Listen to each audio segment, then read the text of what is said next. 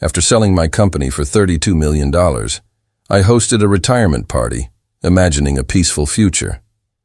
But just before the toast, I saw my daughter-in-law slip something into my wine. A clear betrayal. Quietly, I switched glasses with her father when no one noticed. What followed left me stunned. Before we continue, please subscribe to the channel and share in the comments what time it is where you are.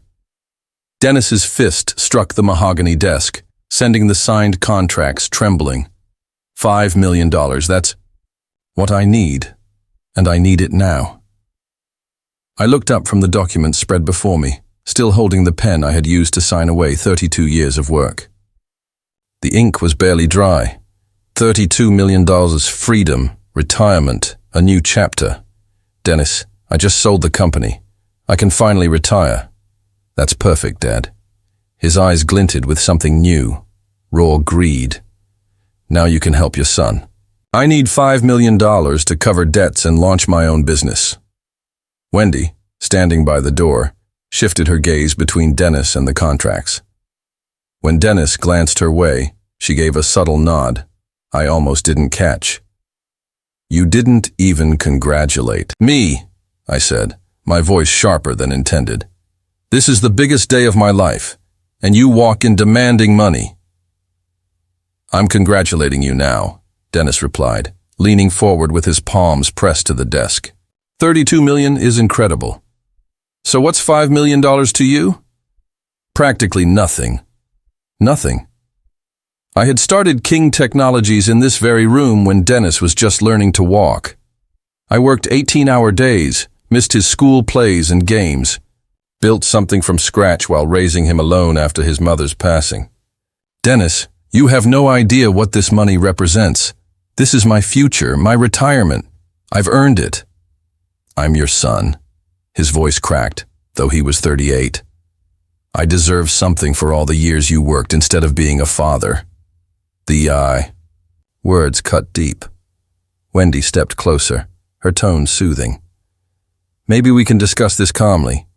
Dennis only thinks it would be wonderful if you could help us get started. Started? Dennis had been trying to start for 15 years. Endless jobs, endless schemes, always needing more money. Since marrying Wendy 3 years ago, those demands had only grown. Come to the party tomorrow night, I said, tucking the contracts into my desk drawer. Bring Wendy's parents. We'll celebrate properly, and I'll explain my retirement plans. Maybe we can talk about helping you in a responsible way. Responsible? Dennis laughed bitterly. You mean like a loan with terms and interest? I mean family who cares about each other's future. Wendy leaned toward Dennis, whispering something. His expression hardened.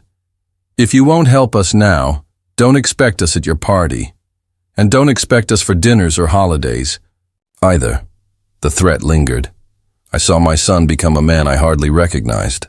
The boy who once sat on my lap, asking questions about business and dreaming of joining the company, was gone. That's your choice, not mine, I said steadily. The party starts at 7. You decide. Dennis moved toward the door, then spun back. His fist slammed the desk harder than before, spilling coffee across quarterly reports. You're making a mistake, old man. We're your family. We deserve that money more than your savings account. Wendy placed a hand on his arm, but kept her eyes on me. Come on, honey. Let's give your father time to think about what really matters. They left, Dennis's steps rigid with anger, Wendy's heels clicking sharply. In the hall, I heard their voices, tense and urgent. Wendy's words were low, but her tone was unmistakable. Planning. The front door slammed hard enough to shake the windows. From my office blinds, I saw Dennis start his BMW with unnecessary force before speeding out. Wendy was already on the phone in the passenger seat. I sank back into my chair, staring at the spreading coffee stain across reports I would never need again. 30 years of building something meaningful, and my son saw it only as a prize meant for him. I pulled out the contracts. $32 million, more money than I ever dreamed of when I first started, raising Dennis in this same home office while he slept upstairs in his racing car bed. Where had things gone wrong? When had he begun seeing family as leverage instead of love? The stain had soaked through several pages by the time I finally moved them. Outside, shadows stretched across the lawn where Dennis once played catch with his grandfather. How had he become so entitled, so calculating? I remembered Dennis at 8, proudly carrying my briefcase. "Dad, when I grow up, I want to help you run the company." His wide grin made every sacrifice worthwhile. That boy would have celebrated the sale, asked thoughtful questions about retirement, hugged me before asking for anything. The phone rang. "Jim Patterson, my closest friend and longtime business rival. Lester, I heard the news. $32 million, you did it. Congratulations, my friend. I suppose you're celebrating tomorrow night." "Yes, at 7. Can you and Martha make it?" "Wouldn't miss it. This calls for real champagne." After the call, I felt steadier. Real friends understood the weight of this moment. They had seen me build King Technologies from nothing, survive the hard years, and celebrate each milestone. The catering company answered on the second ring. "Elegant Events, this is Susan. This is Lester King. I need everything perfect for tomorrow's party. 50 guests, cocktails, dinner. Cost is no concern." "Wonderful, Mr. King. We've handled several of your events. Shall we prepare for any dietary restrictions?" "Just make sure there's plenty of everything. This is the most important celebration of my life." After confirming details with Susan, I contacted my attorney. The sale would take 30 days to fully close, but the contracts were airtight. By Halloween, I would be retired and wealthier than I ever imagined. The house felt different without Dennis's anger filling the air, quieter, more like the home I had cherished for 25 years. I walked to the kitchen and opened a bottle of wine. Nothing extravagant, just something to mark the occasion. My phone buzzed. Dennis. I let it ring. 2 more calls followed, then a text. "Dad, we need to talk. This is important." Important to whom? With Dennis, everything became urgent when money was involved. Credit card bills, car payments, failed investment schemes. My achievements, however, had never seemed to matter to him. The wine tasted better than champagne. Every sip was earned through decades of hard work and careful choices. Dennis wanted to claim a share of something he had not helped build. Another message appeared. "Wendy's parents want to meet you before the party. Can we come by around 6 hours tomorrow?" I stared at the screen. Homer and Mary Thompson, a retired teacher and homemaker from Wisconsin. I'd met them briefly on 2 occasions. Kind people, though slightly overwhelmed by Wendy's ambitions. Did they know about Dennis's request? Were they part of her plans? My reflection in the kitchen window looked older than I felt. 65 years old, finally ready to enjoy life. And my only child saw me as nothing more than a bank account. The bottle was half empty when I made my decision. Tomorrow's party would go ahead as planned. Real friends who valued my success would celebrate with me. If Dennis stayed away, it would show where his priorities truly were. I turned off the kitchen lights and went upstairs. In my bedroom, I reviewed the guest list I had prepared all week. 28 confirmed attendees so far, people who had supported King Technologies through highs and lows, people who knew what 3 decades of commitment meant. Dennis's name was not written there. I had assumed family attendance was automatic. Perhaps it was time to stop assuming anything about him. I picked up a family photo from the mantel. Dennis at age 10, smiling proudly beside me at the ribbon cutting of our first real office building. His small hand gripped mine with complete trust, admiration shining in his eyes.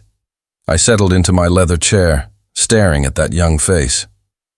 When had admiration turned into entitlement? When had love become transaction? The answer seemed clear. Wendy. Not entirely fair, perhaps. Dennis had shown signs of restlessness before she entered his life. The job changes, the quick money ideas, the slow detachment from family traditions. But Wendy sharpened those tendencies into ambition.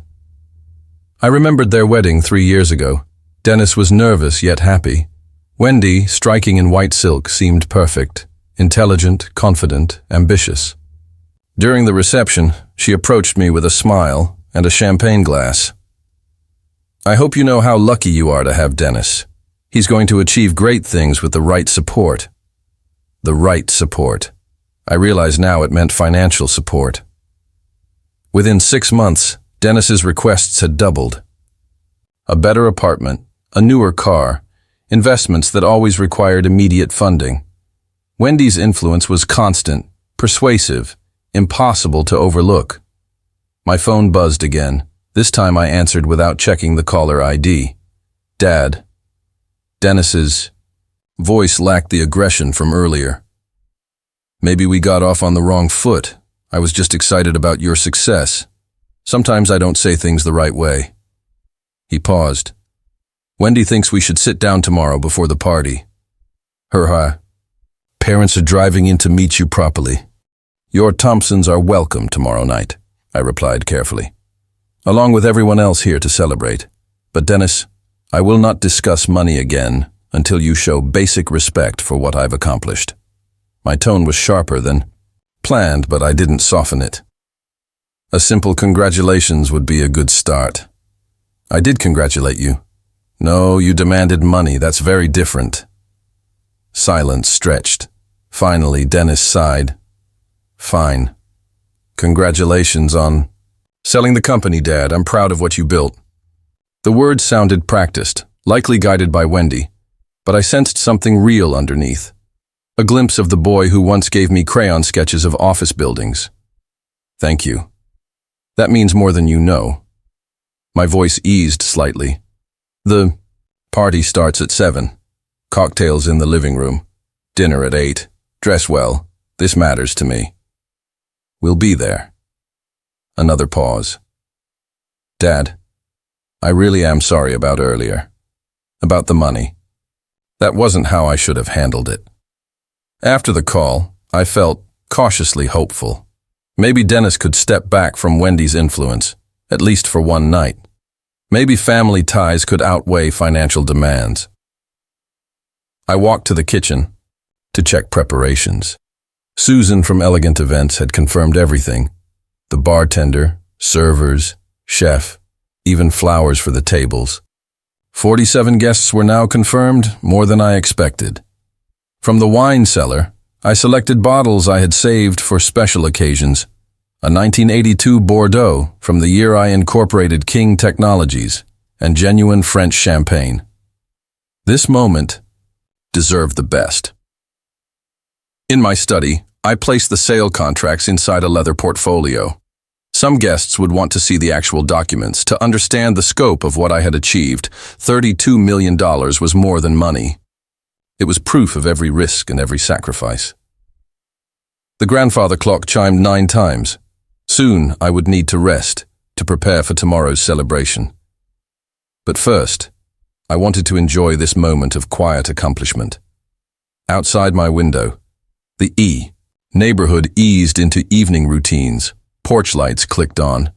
Television screens glowed behind curtains. Ordinary families living ordinary lives, never imagining the kind of success I had achieved. Yet here I sat, alone with my triumph, realizing how empty it felt when your only child saw it as an opportunity instead of an accomplishment. Tomorrow would provide clarity. Either Dennis would remember how to be my son, or I would finally accept that some relationships could not be forced. The contracts felt warm beneath my fingers as I closed the portfolio. $32 million, freedom, independence, and the ability to decide who truly deserved my generosity and who had already revealed their real intentions. For the first time that day, I smiled without hesitation. The alarm woke me at 8 sharp. Saturday morning sunlight streamed through the curtains, promising perfect weather for the evening ahead. My first thought wasn't about Dennis's late apology. It was about the 27 confirmed guests who deserved a night to remember. As coffee brewed, I spread my checklist across the kitchen table. Flowers from Millfield Gardens, wine from Romano's Fine Spirits, oysters and imported cheeses from Dell'Acqua Delicates. Everything had to be flawless. The crisp morning air met my face as I drove downtown. First stop, Romano's, where Vincent greeted me at the door. "Mr. King, I heard about your big sale. Congratulations." His genuine enthusiasm warmed me more than yesterday's family tensions had chilled me. "Vincent, I need your finest bottles for tonight's celebration." I walked through the premium section with new eyes. Money was no longer a concern. It was a tool for creating joy. "Price is no object," Vincent's eyebrows rose. "My friends stood by me for 30 years. They deserve champagne that costs more than most cars. 2 cases of Dom Pignon, 1996. 4 bottles of Champto Margaux, 1995. Vincent handled them as though they were treasures. $3,000 in 20 minutes, and I felt lighter with each purchase. At Dell'Acqua Delicatessen, the shelves overwhelmed my senses. Aged Parmesan, fresh herbs, smoked salmon displayed like artwork. Marcel, the owner, selected items personally while sharing stories of past celebrations. "Retirement after building an empire," he said, kissing his fingers. "This calls for our very best." Back home, Susan's catering team had turned my terrace into something from a magazine cover. White linens covered tables that sparkled with crystal glassware. Lights wound through the trellis. Soft jazz played in the background. "Mr. King, we need your approval on the appetizers." Sarah, Susan's assistant, motioned to trays that looked almost too beautiful to eat. I tasted everything. Crab cakes with subtle spice, strawberries dipped in chocolate that burst with sweetness. Each bite was proof that years of sacrifice could finally deliver pure enjoyment. "Perfect," I said. "Absolutely perfect." My own hands stayed busy with details Susan's team could not provide. Family photos positioned so guests could see my journey from young father to entrepreneur. Signed contracts displayed in my study for anyone curious about the deal. The afternoon passed quickly. Sound system tested. Check. Lighting adjusted for golden hour. Check. Bathrooms stocked with fine soap and towels. Check.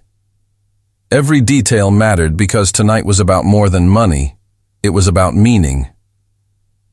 By 4, I stood on the terrace, surveying the transformation. Elegant tables ready for conversation. A bar stocked with premium spirits. Music drifting from hidden speakers among flowers. This was what $32 million could buy. Not only financial security, but also beauty, community, and the chance to celebrate. Achievement with gratitude. Dennis had asked for $5 million to cover his debts. But this was how wealth should be used, with purpose, appreciation, and joy shared among those who had earned their place through loyalty and genuine friendship. I checked my watch. 3 hours until the first guests arrived. Time for a shower, a fresh suit, and final preparations for the night, marking my shift from entrepreneur to man of leisure. The contracts rested in their leather portfolio, waiting for guests who would understand them not as lottery winnings, but as proof that persistence and vision could create success. The first chime of the doorbell caught me adjusting my tie in the mirror, a deep breath. This was it. The celebration I had dreamed of for years. Through the frosted glass, I saw Jim and Martha Patterson waiting on the porch. "Lester." Jim's hug nearly lifted me off the ground. "You magnificent devil! I still can't believe you pulled off that sale." Martha's smile carried 3 decades of friendship. "The house looks incredible. You've outdone yourself." Leading them through my transformed home felt like showing off a masterpiece. The terrace drew gasps. Candlelight flickering on crystal, flowers perfuming the air, jazz floating softly. "Vincent's finest champagne deserves a proper toast later," I said, gesturing to the bar where Dom P rested in silver buckets. Soon more cars filled the driveway. "Frank Morrison from the bank, sharp as ever at 72. Dr. Sarah Chen, who had kept me healthy during stressful years. The Castellis, neighbors who had watched King Technologies grow from a garage project to an acquisition target. $32 million. Frank whistled. Remember when you couldn't even get a $50,000 line of credit? You've earned every dollar, Sarah added, accepting champagne. All those 18-hour days finally paid off. Each arrival brought new congratulations and shared memories. Late-night phone calls for advice, small victories celebrated, struggles endured together when success seemed far away. The Richardsons from 3 houses down came with pride. We always knew you'd make it big, Lester. You've been an inspiration to the neighborhood, Mr. Richardson said. Our kids still talk about the computer camp you sponsored, Mrs. Richardson added. You never forgot to give back. Her words stung in the best way. I had given back. Scholarships, community programs, quiet help for families in need. Real generosity built on connection, not demands from entitled relatives. By 6:30, 28 guests mingled between terrace and garden. Conversations flowed like fine wine, plans for retirement, travel ambitions, investment strategies. These guests understood that wealth brought responsibility as well as privilege. The timing of your sale was flawless, noted Mike Torres, my former attorney. Market conditions couldn't have been more favorable. Just luck, I replied, though we both knew it had been decades of strategic partnerships, careful positioning, and calculated risks that created the chance for luck to work in my favor. The catering staff moved effortlessly through the crowd, keeping glasses filled and plates refreshed. Every detail flowed exactly as planned. This was how success should be honored, with gratitude, dignity, and the company of those who had supported the journey. Standing near the fountain, watching faces glow in the candlelight, I felt a deep satisfaction. Real friends valued effort over entitlement. They celebrated achievement without demanding shares. They understood that respect was earned through character, not inherited by bloodline. Martha Patterson approached with a knowing smile. You look happier than I've seen you in years, Lester. Retirement already suits me, I answered, raising my glass to the people who mattered most. The evening was moving toward my planned toast, a chance to thank everyone who had contributed to this moment. But first, I wanted to absorb the scene, elegant surroundings, genuine conversations, and the atmosphere of authentic affection. Then, headlights swept across the driveway. A familiar BMW pulled into the last space. My grip tightened around the champagne flute as Dennis stepped out, Wendy at his side in a black dress. From the back seat, her parents emerged, respectfully dressed for what they assumed was a family celebration. Excuse me, I told Martha, setting my glass aside. As I walked to the door, laughter and music echoed behind me. Dennis stood on the porch, humility in his posture. Dad, he said, his tone free of yesterday's hostility. I owe you a sincere apology for my behavior. Homer Thompson, silver-haired and dignified, stepped forward. Lester, congratulations on your retirement. Dennis told us about this wonderful evening, his wife added warmly. You've always been generous to our family. But my eyes stayed fixed on Dennis. For the first time in days, he met my gaze directly. I was out of line, he admitted. Your success should be honored, not taken advantage of. Stress at work isn't an excuse. Wendy stepped closer, her smile composed. Dennis felt terrible all night about how he spoke to you.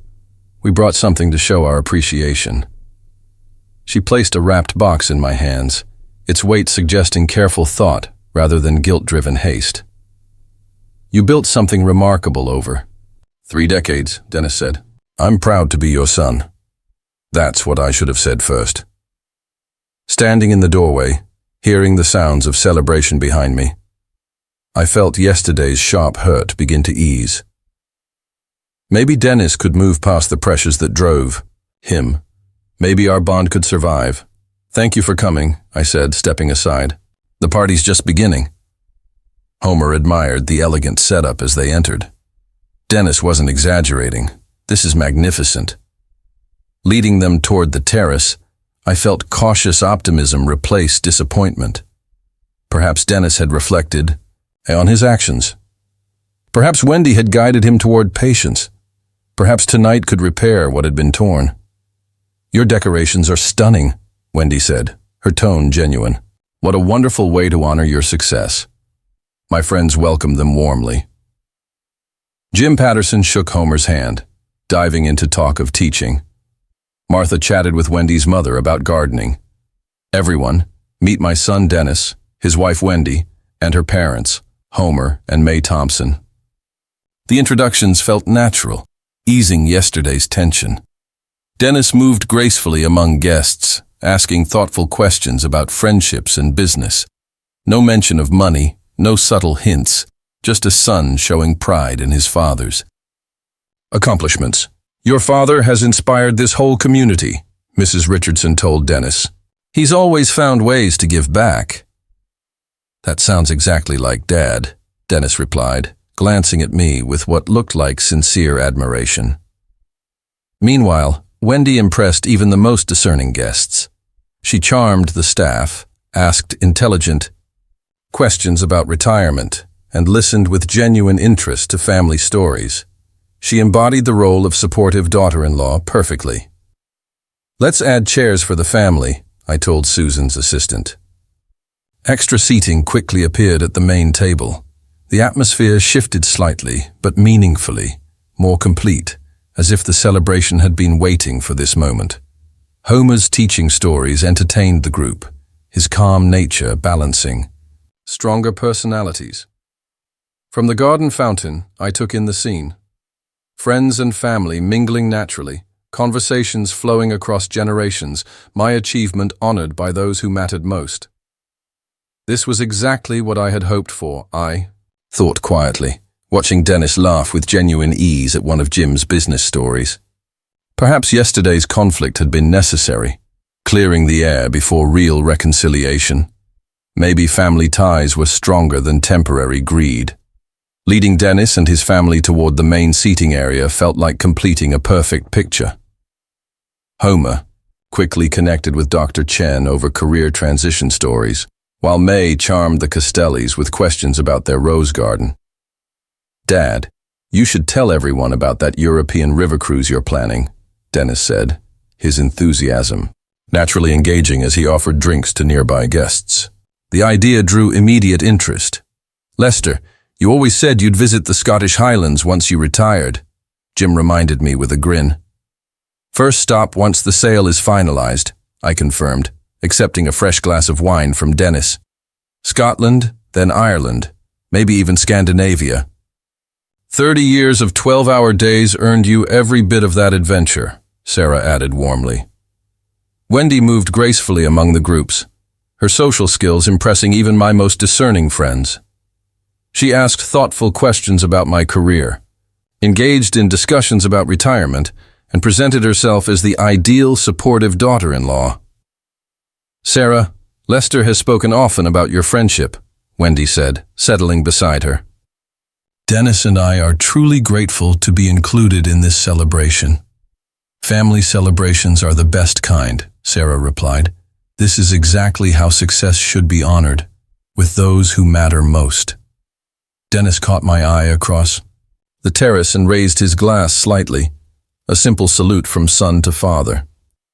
The gesture softened the weight of yesterday's argument. Whatever had driven his outburst seemed to fade in the face of tonight's genuine reconciliation. "I can't believe I almost missed celebrating this incredible accomplishment," Dennis told Jim during a conversation about business. "My father built this company from nothing, pure determination and vision." His words carried real pride, not the forced tone of yesterday, but genuine admiration. Perhaps Wendy had helped him gain perspective, reminding him of the importance of family over financial pressure. Homer lifted his wine glass. "Lester, after 35 years teaching, I've seen what commitment looks like. But building a company from scratch, that's remarkable perseverance." "The hardest part was believing it could work," I reflected, when so many insisted technology. Consulting was too competitive. Persistence takes years to prove its worth. May nodded thoughtfully. Wendy always said you inspired her, raising Dennis alone after your wife passed while building your career. Her words struck deeply. These people understood sacrifice, something Dennis had forgotten just a day ago. Tonight felt like proof that my choices had been right. Friends and family valuing effort over entitlement. This terrace is absolutely stunning, Wendy remarked, admiring the setup. You have such refined taste. Everything looks like a magazine spread. The credit goes to Susan's catering team, I admitted. Though I did add personal touches, family photos, the wine selection, flowers from my mother's favorite shop. Details matter, Wendy agreed.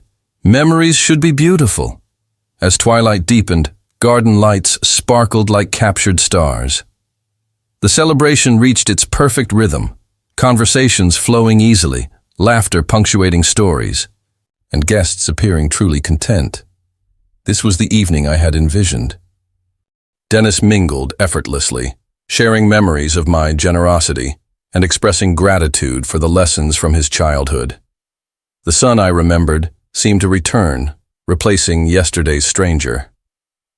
Your father sponsored computer camps every summer for underprivileged kids, Dennis told the Richardsons. I helped once I was old enough. He never sought recognition, just believed technology could change lives. Moments like these reminded me why reconciliation mattered more than money. Dennis could have been part of this success if he had chosen patience over demands. Suddenly my phone buzzed in my pocket. The caller ID showed my attorney's office, likely about final details for Monday's closing. Excuse me, everyone, I announced. I need to take this call. Please enjoy yourselves. Inside the living room, I answered while standing near the large window overlooking the terrace. Lester, sorry to disturb your celebration. Harold Peterson, my closing attorney, began. The buyer's bank needs confirmation on wire transfer timing. Monday morning works fine, I replied. Through the glass, I watched my guests carry on happily without me. The documents are filed, and the transition team begins Tuesday. Very smooth overall. Outside, Dennis was speaking animatedly with Jim and Frank about the company's future. Even from a distance, I could see the respect in their expressions. I appreciate you handling these details personally, Harold, I said. This sale is central to my retirement plans. Wendy moved casually toward the drink table, appearing to assist while I was away. Her attentiveness struck me as thoughtful, reinforcing the image of the perfect daughter-in-law. The buyer is impressed with your operational documentation, Harold continued. They're confident about the transition.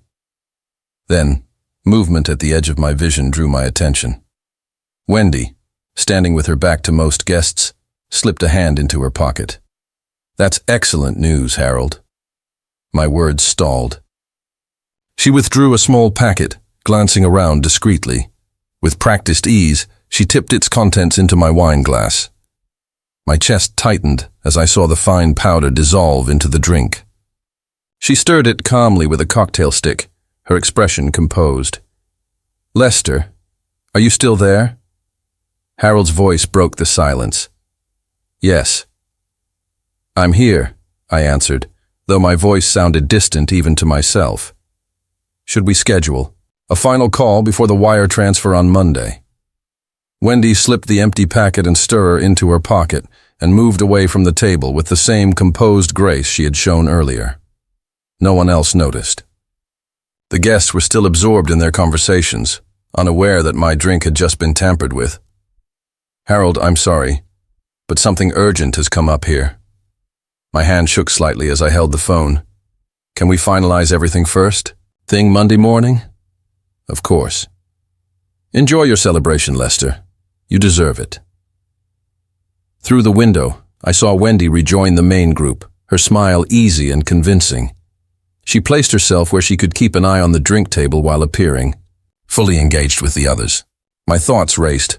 Her apologies, her charm, the perfect daughter-in-law image, all had been deliberate steps leading to this moment.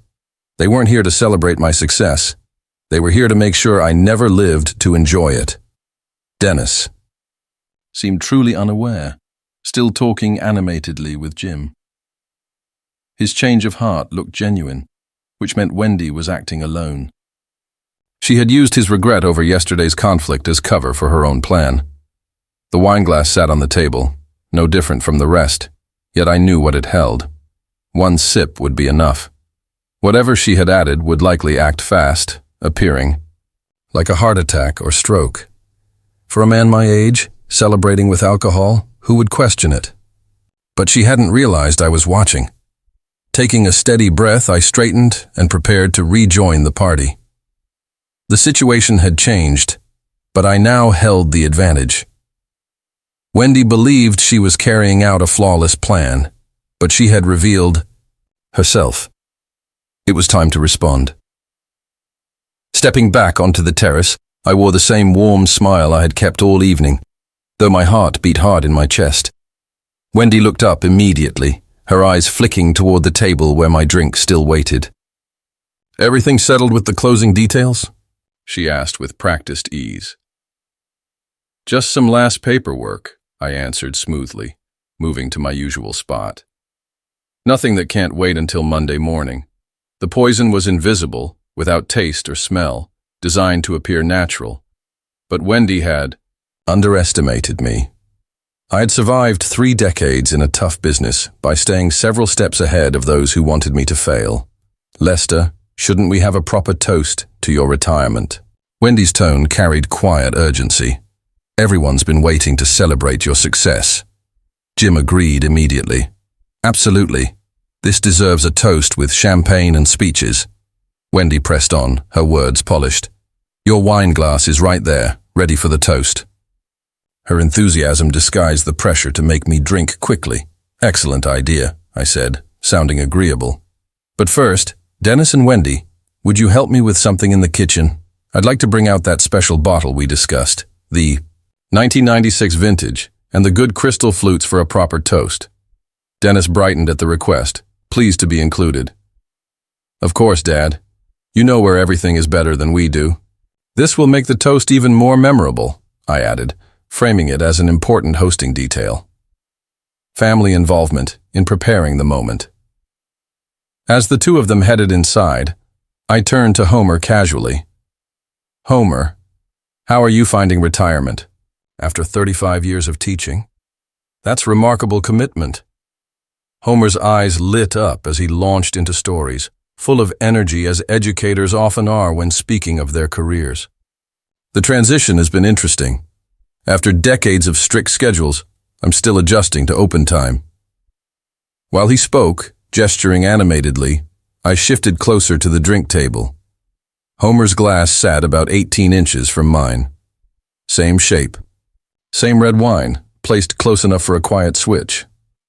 "Have you and my thought about traveling?" I asked, keeping Homer engaged while scanning the positions of the guests. Jim was speaking with Frank about market trends, Sarah and Mai were discussing garden planning, and the rest of the guests were fully absorbed in their own conversations. No one was watching the drink table. "Oh yes, we've been planning to visit the national parks," Homer replied eagerly. "Yellowstone first, then perhaps the Grand Canyon." With one smooth motion, I switched the glasses. Homer's safe wine now sat at my place, while the poisoned glass was moved aside. The exchange took only a few seconds and looked like a natural adjustment of the table. "That sounds wonderful.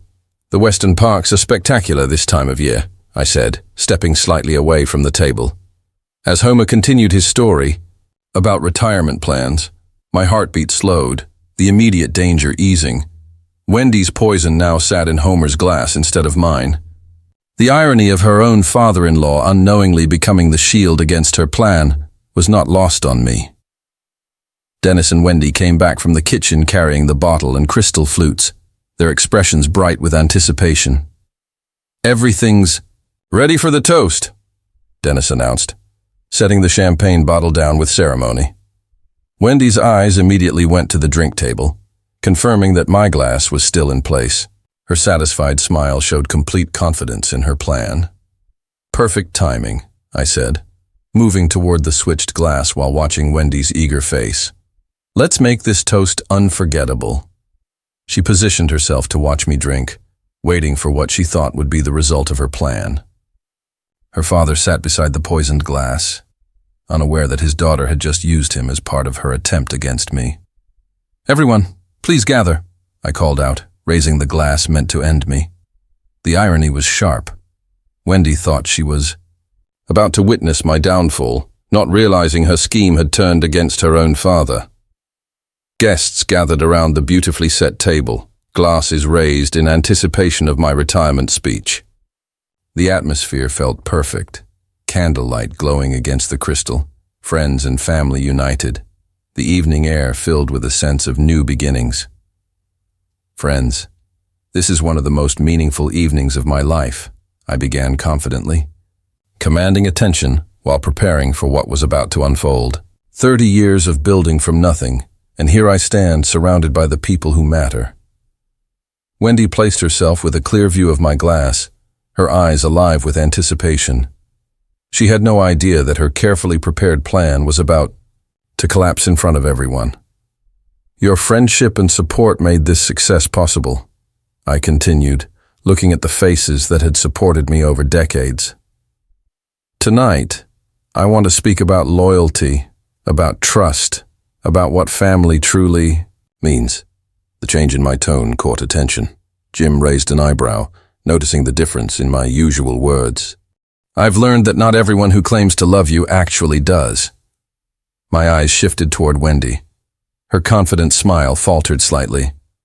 "Some see success only as something to take advantage of." Dennis leaned forward, confused by the sudden tension in what should have been a joyful moment. Guests exchanged uncertain glances, sensing the direction of my words. "Unfortunately, not everyone here tonight shares that genuine care," I said, pausing to let the silence deepen. "In fact, someone at this very table attempted to poison me just minutes ago." Gasps spread through the group. Wendy's face turned pale, her eyes darting between me and the table as she realized her plan had failed. "Homer, stop!" I shouted, as he lifted his wine glass toward his lips. "Don't drink that. It's poisoned." Homer froze, the glass trembling inches from his mouth. Guests recoiled in shock, many quickly setting down their own drinks. "What are you talking about?" Dennis demanded, standing in disbelief, his voice shaking. "Dad, what's happening?" "Wendy, would you like to explain what you put in my wine glass?" I asked, turning to face her directly, my voice firm with certainty. "I saw you slip something in from a small packet while I was on that phone call inside." "That's absurd." Wendy's voice rose with panic. "Why would I poison anyone? This is madness." But her pale face and trembling hands betrayed her, even as her eyes searched for a way out. "You checked that no one was watching," I continued steadily. "You stirred it in, then immediately pocketed the packet." Dennis stared at his wife, horrified. "Wendy, tell him he's wrong. Tell everyone this is a mistake." "Of course it's a mistake," she snapped, but her voice was unconvincing. "Lester, you must have missen. I was only helping with the drinks." Homer still held the poisoned glass, staring at it as realization struck. I clutched his arm, tears running down her face. "Fine," I said calmly. "Let's confirm this. Scientifically, we'll send that wine to a lab. If I'm wrong, I'll apologize publicly, but if I'm right..." I reached toward Homer's glass.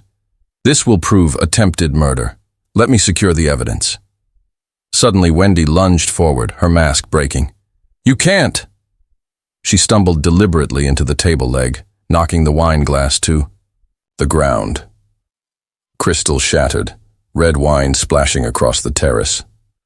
"Oh no," she exclaimed weakly. "I'm so clumsy. I'm sorry." But no one was convinced. The silence was heavy. Even Dennis looked at her with suspicion. "How convenient," I said quietly.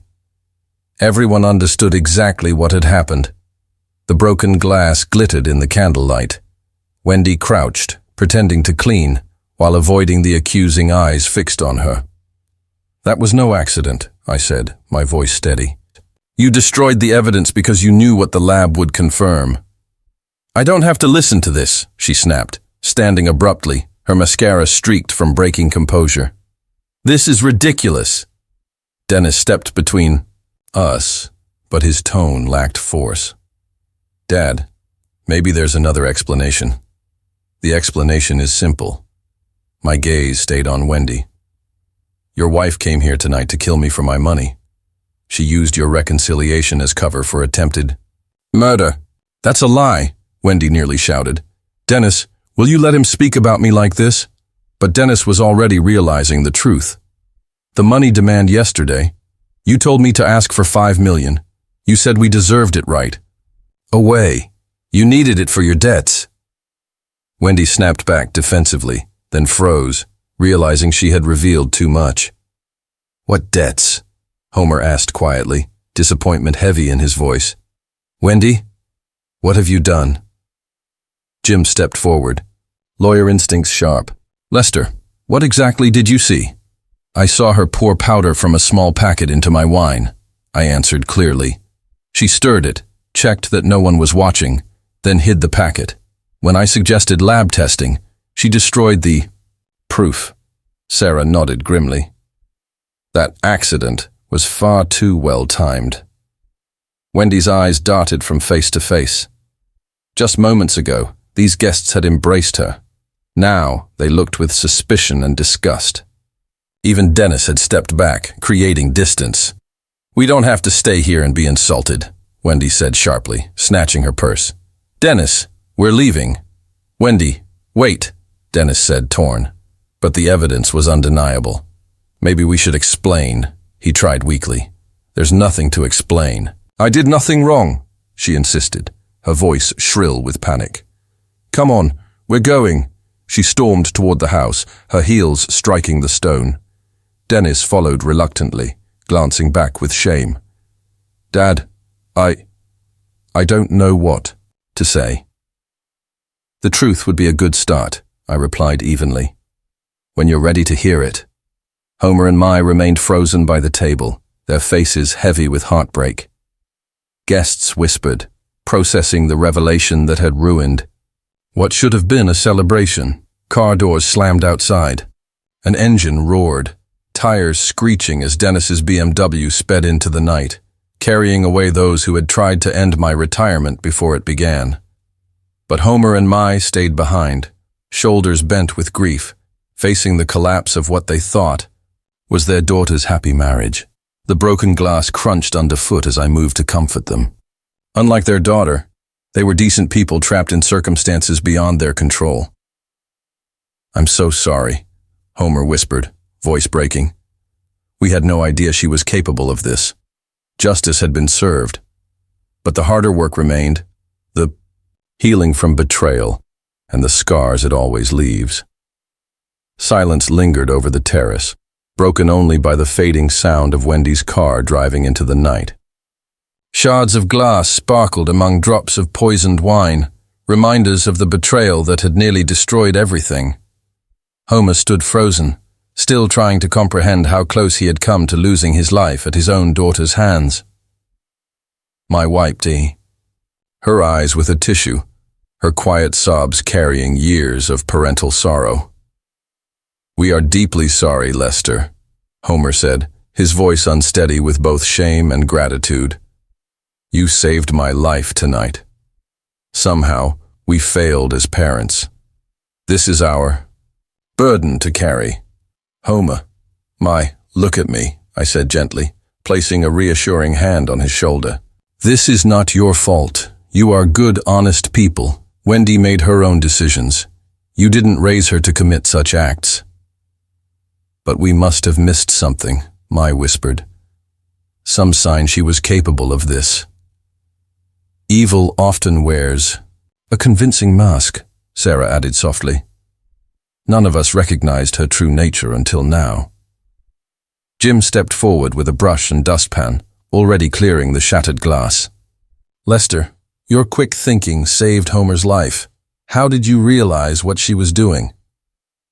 Pure luck, I admitted. I was near the window on a business call when I saw her pour something into my glass. At first, I couldn't believe it myself. "You handled the situation with remarkable composure," Frank Morrison noted, his banker's eye recognizing calm under pressure. Most people would have panicked. Gradually, other guests joined in, their initial shock turning into respect for how I had protected Homer while exposing Wendy's actions. The catering staff quietly replaced the broken items, restoring order. "I keep thinking about how she pushed for that toast," Martha Patterson said uneasily. "She wanted to see you drink it."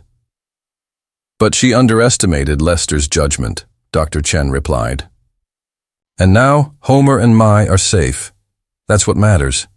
Homer raised his fresh glass toward me, his hand steadier now. "To the man who proved that good can overcome evil, even within families." "To Lester," the group echoed warmly. "But," I raised my own glass to Homer and Mai.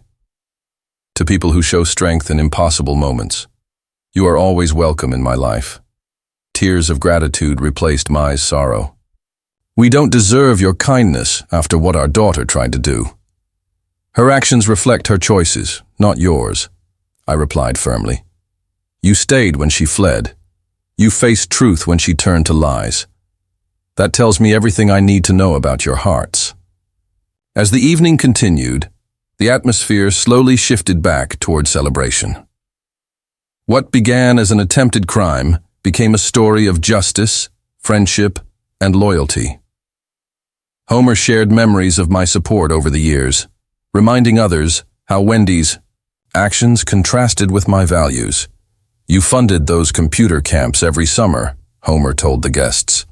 "Never for recognition, just because you believed in helping others." "That's the Lester we know," Jim confirmed. Success never changed his values. By 10:00, the last guests departed, promising to stay in touch during my retirement.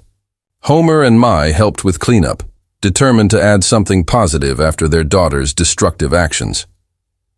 As I stood on the terrace, I reflected on what the night had proven. Justice was served without courts. An innocent man was protected.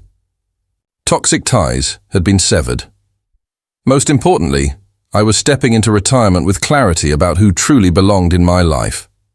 The contracts for my $32 million sale waited safely in my study, ready to fund a future with people who valued me for more than wealth. Tomorrow promised new opportunities, free from manipulation and false loyalty. Tonight had shown that patience and wisdom can overcome even the most deliberate harm, and sometimes the best justice is simply allowing the truth to reveal itself. If you enjoyed this story, please like the video, subscribe to the channel, and share your thoughts in the comments. To hear the next story, click on the box to the left. Thank you for watching.